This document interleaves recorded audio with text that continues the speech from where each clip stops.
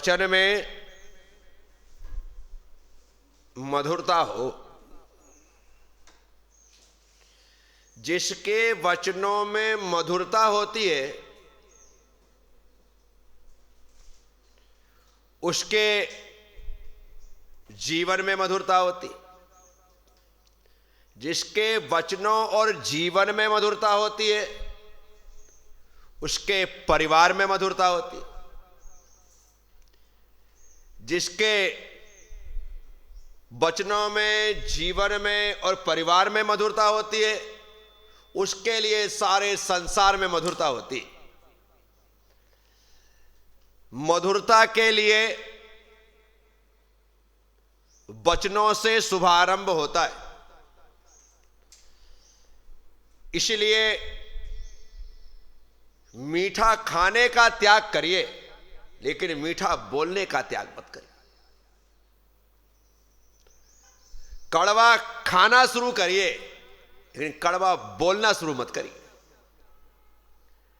क्योंकि कड़वा बोलने से पूरा जीवन विषाक्त हो जाता है, लेकिन मीठा बोलने से पूरा जीवन मीठा हो जाता है।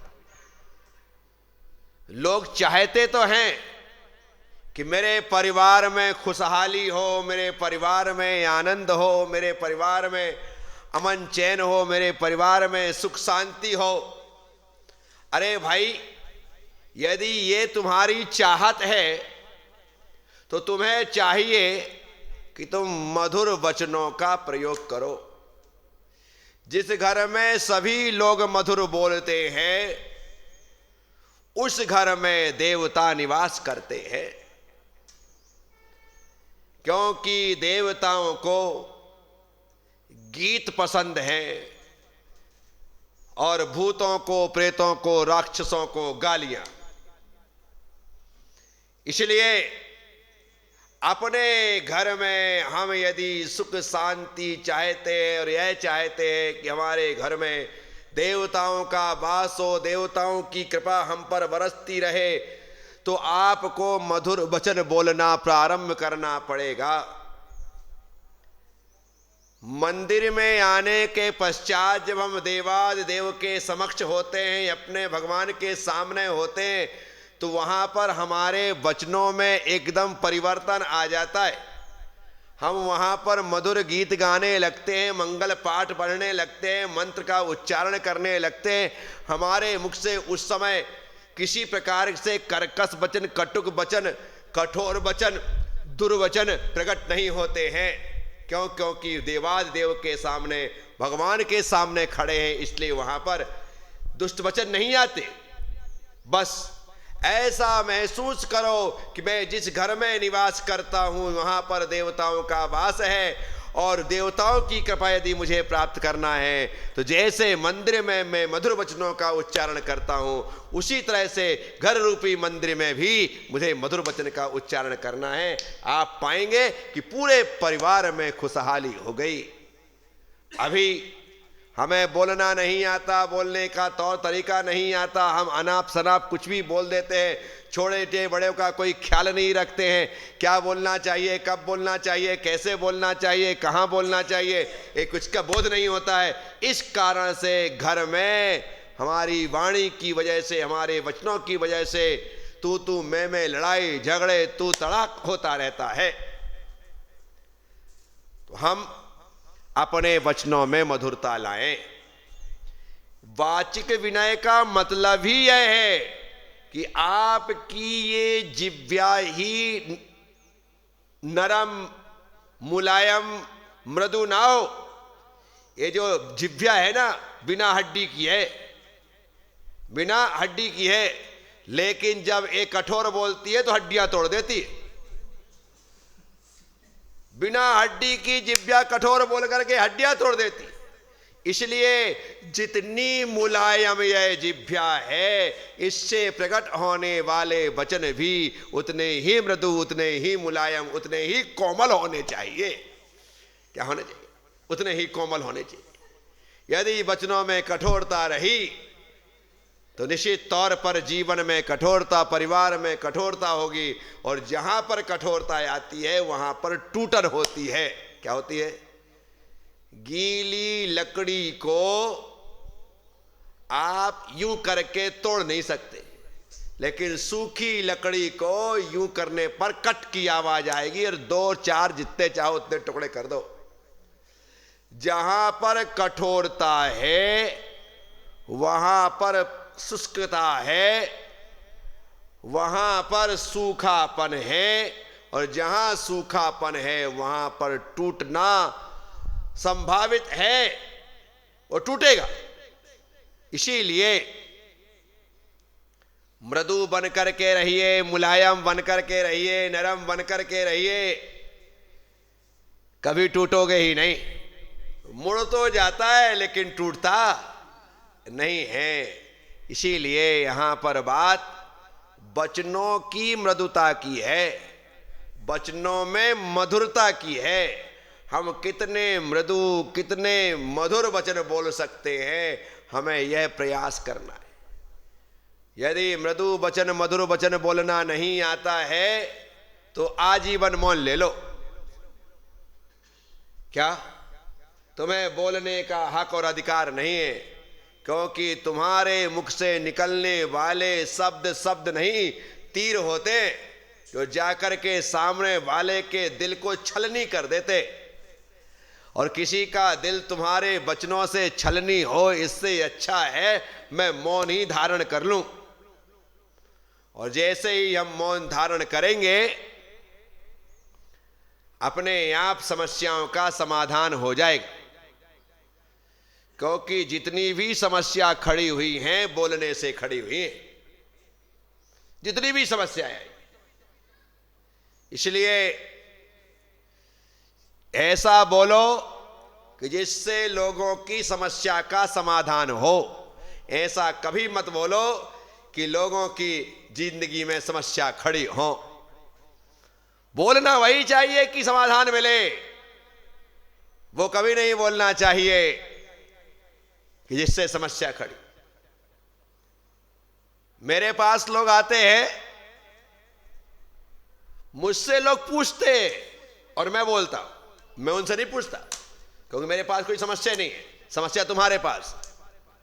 महाराज श्री ऐसा वैसा, चाहे जैसा जो भी होता, लोग मुझसे पूछ रहे हैं। समस्या तुम्हारे पास है, मैं बोलूंगा तो सिर्फ समाधान दूंगा। मैं नहीं बोलता, मैं तुमसे पूछने लगूंगा, अरे भैया तो समझ जाओ मेरे पास समस्या। अपने पास कोई समस्या नहीं। मेरे जीवन में समस्या का अभाव है, इसी कारण से मेरे जीवन में सिर्फ समाधान ही समाधान है। मैं तो समाधान को प्राप्त हूं ही, मेरे पास जो आएंगे वो भी समाधान को प्राप्त हो जाते। इसीलिए शंकाएं लोगों ने की है, समाधान हमने दिए। प्रश्न लोगों ने किए, उत्तर हमने दिए। जिज्ञासाएं लोगों की रही हैं, समाधान उन्होंने दिए हैं जिन्होंने जीवन को समाधान बना लिया। तो ये जो जिभ्या है ना, ये समस्या पैदा ना करे। ये जब भी कुछ बोले तो सामने वाले को समाधान मिलना चाहिए, उसकी समस्या निर्मूल होनी चाहिए। तो तुम्हारा बोलना अच्छा है, अन्यथा मौन ले लो। भगवान दीक्षा लेते ही मौन ले लेते, और तब तक मौन लगते हैं जब तक केवल ज्ञान की प्राप्ति नहीं होती। क्षयोपशम जो ज्ञान है वो समस्या युक्त ज्ञान है। क्षायक जो ज्ञान है वह समाधान युक्त ज्ञान। भगवान जो बोल रहे हैं वो मेरी तरह ओंठ, दंत, तालु और कंठ का उपयोग करते हुए नहीं बोलते। भगवान के सर्वांग से वाणी खिलती है। मैं मुंह से बोलता हूं, इसलिए एक ही भाषा में बोल सकता हूं, और एक भाषा में बोलूंगा तो जो भाषा मैं बोलता हूं और जो समझते हैं वही समझ सकते, लेकिन भगवान बिना मुंह के बोलते अर्थात सर्वांग से बोलते हैं तो 18 भाषा और 700 लघु भाषा में उनकी दिव्य ध्वनि घिरती। क्या मुंह से बोलने वाला एक भाषा बोलता है और जीवन से बोलने वाला 18 महाभाषा और 700 लघु भाषाओं में बोलता है। अब इसका मतलब समझ लीजिएगा कि वो कितने प्रकार से जब वो बोल रहे हैं तो उनको सुनने वाला, चाहे वह मनुष्य हो, चाहे देव हो, चाहे देवी हो, या पशु या त्रियंच हो, भगवान की वाणी को सुनने के साथ ही अपनी अपनी भाषा के अनुसार समझ जाता है। लेकिन जब भगवान मौन होते, जब भगवान मौन होते अर्थात दिव्य ध्वनि नहीं खिरती है, उस समय गणधर परमेष्ठी जिन्होंने भगवान की कृपा से दिव्य ध्वनि को सुनकर के संपूर्ण समाधान को प्राप्त कर लिया है, तो भगवान के मौन होने पर प्रश्न पूछे जाते हैं, तब गणधर परमेष्ठी भगवान की आज्ञानुसार भगवान के द्वारा दिए गए समाधान के अनुसार सबका समाधान करते हैं। ये गणधरों का काम होता है। तो इस तरह से यहां पर महत्वपूर्ण बात हो गई। तो क्षयोपशम ज्ञान जहां पर है वहां पर समस्या है, लेकिन जिसने अपना रास्ता मोक्ष मार्ग में को बना लिया है, मोक्ष मार्ग में चलने लगे हैं, उनके बोलने से समाधान होता है। हो सकता है मेरे बोलने से तुम्हारे भी भीतर 4 समस्या खड़ी हो जाए, लेकिन भगवान के बोलने से ऐसा नहीं होता। भगवान बोलते हैं तो उनके बोलने से समस्या समाप्त ही होगी, ये गारंटी है। पशु, बैरी, दुश्मन, जो जन्मजात दुश्मन है, भगवान की उपस्थिति मास से अपनी शत्रुता भूल जाते हैं। भगवान अभी कुछ कह नहीं रहे कि लड़ो मत, भगवान है, उन्होंने लड़ना बंद कर दिया, झगड़ना बंद कर दिया, प्रेम से खेलने लग जाते आपस में। कुत्ता बिल्ली, चूहा बिल्ली आपस में खेल रहे, सांप ने बोला, भूल ही गए कि हम दुश्मन हैं।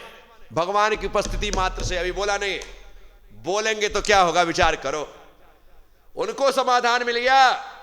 बस इसी तरह से हमें इस बात को समझ करके चलना है कि हमारी जिह्वा जब भी बोले समाधान ही दे, समस्या खड़ी ना करे, अन्यथा मौन रह जाना बेहतर है, चुप रह जाना बेहतर है। जो ऐसा कर लेगा वह समस्या से मुक्त हो जाएगा। तो वाचिक विनय, कौन सी विनय? वाचिक विनय की यहां पर चर्चा है। तो इतनी सारी बात मैंने आपसे कही है। बस वचनों में मधुरता होनी चाहिए, मिठास होनी चाहिए। मिठास होगी तो हर व्यक्ति तुमको सुनना चाहेगा, और कड़वाहट होगी तो कोई सुनने वाला नहीं है। तो इसका मतलब है लोगों को मीठा खाना पसंद है ना, तो मीठा सुनना भी पसंद है। क्या मीठा सुनना भी पसंद है? वो खाना मीठा चाहता है और सुनना भी मीठा चाहता है। तो जब किसी को हम मीठा खिला रहे हैं तो मीठा खिलाने के साथ साथ मीठा सुनाओ भी, तो खाने का स्वाद कई गुना बढ़ जाता है। माँ जब परोसती है ना, माँ जब खिलाती है ना, बड़े प्यार से खिलाती है। खिलाने के कारण जब प्यार से खिलाती है तो भोजन का तो स्वाद होता ही है, माँ का प्यार जब उसमें घुल जाता है तो भोजन और ज्यादा स्वादिष्ट हो जाता है। मनुहार पूर्वक जब कोई देता है ना तो उसका लेने का मजा ही कुछ अलग है। जबरदस्ती लोग यूं डाल दें, ठीक है पेट भरना है भर लिया, लेकिन मनुहार पूर्वक प्रेम पूर्वक खिलाया जाता है तो उसका आनंद अलग आता है। पहले एक साथ घर में 4-6 लोग होते थे ना, तो सब माँ कहती थी सब एक साथ बैठ जाओ। क्या अब तो क्या, जिसको जब टाइम मिलता है तब आते जाते हैं। तो फिर कई बार ऐसा हो जाता है डाइनिंग टेबल पर सारा खाना ढक कर रख देते हैं, जब जो आए निकाले खाए निकल जाए। अब वो मनुहार वो प्रेम प्यार रहा ही नहीं। क्यों? एक साथ पहले बैठते थे, पिताजी बैठ गए, अन्य भाई बैठ गए, बहन बैठ गए, सब बच्चे बैठ गए, और माँ सबके सामने थाली लगा करके फटाफट परोसती थी। उसका आनंद, रोज घर में प्रीति भोज होता था। और माँ प्रेम से खिलाती थी, इसलिए प्रीति भोज होता था, उसका आनंद दिया। तो मधुर बोलिए, मीठा बोलिए, मीठा खिलाइए और मीठा सुनाइए, बस इतना कर लिया तो समझना वाचिक विनय हो गई।